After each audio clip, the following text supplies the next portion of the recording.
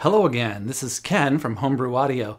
I'm doing a series of tips to help you greatly improve the quality of the audio you record in your home studio, which is more than likely set up in a small rectangular room that has no acoustic treatment, no foam or other material on the walls to help absorb sound waves, so sound bounces all over the room and results in poor audio. These tips will help your recording sound better, even in a bad-sounding small room used by most home recording studios. Last week, week 1, I showed you how to make a huge improvement simply by getting much closer to the microphone when you record. The audio sounds much better, and you didn't need to spend any money or build anything. This week, I'm going to give you the second tip, which is actually a couple of tips sort of combined into one. Okay, are you ready?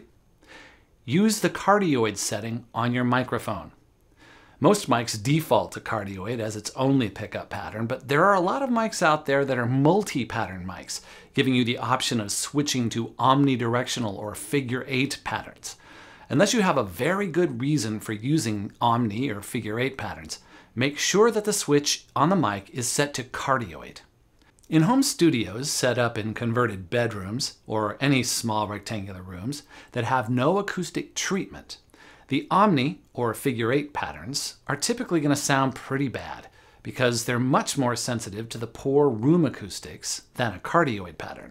By the way, if you want a quick primer on mic pickup patterns, check out my article at the link on the screen. You may be wondering what the heck cardioid means, and I don't blame you. It's just another example of the strange terms that developed in the audio recording industry, and it's our mission at Homebrew Audio to translate these strange words into a language that regular humans can easily understand. So first, cardioid means heart-shaped, and it refers to the way a microphone picks up sound.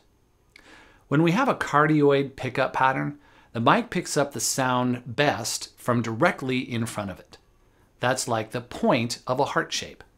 Now imagine that you're walking in a circle around the mic while facing it.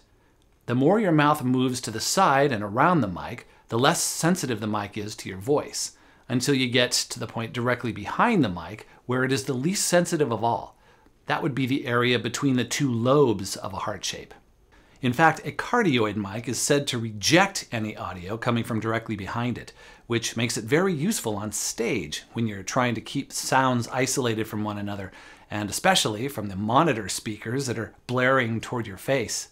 If the back of the cardioid mic is pointing toward the monitor speaker, it's much less likely to produce feedback in the PA system. So you can use this property of a cardioid mic to your advantage in a home recording studio that's set up in a converted bedroom where there's no acoustic treatment, which pretty much describes a majority of home recording studios. If you have, say, a particularly noisy computer, you can point the back of the cardioid mic at the computer. Or if the reflections coming from one wall are particularly loud and echoey, you can point the back of the cardioid mic at that wall. This won't silence those things, but it can really help to reduce them in your recordings. So how do you know if your mic is a cardioid mic? Take a look around the body of the mic. If you don't see any switches that have options with any of these shapes, you almost certainly have a mic with only a cardioid pattern. But if your mic does have a switch and those little pictures, you have a multi-pattern mic. To choose the cardioid pattern, make sure your switch points to the heart-shaped icon and not the circle, which means omnidirectional, or the figure 8, which is not an infinity sign, by the way, which is what one of my friends had her mic set to, thinking it gave her maximum or infinite capacity or something like that. The figure 8 pattern means the mic picks up audio equally from directly in front and behind it. So, why do I say to use the cardioid mic in a home studio or office? Allow me to let the audio do the talking.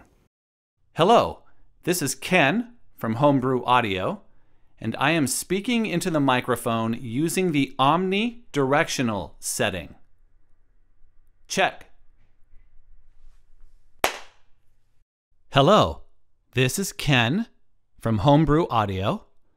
Now I am speaking into the mic using the figure 8 setting. Check. Hello, this is Ken from Brew Audio. I am speaking into the mic using the Cardioid setting. Check. Notice how much more echoey room sound you get with any pattern except Cardioid? That is the reason why. Here are a couple of common mics that have multiple patterns. The Samson C03U USB mic and the Rode NT2A.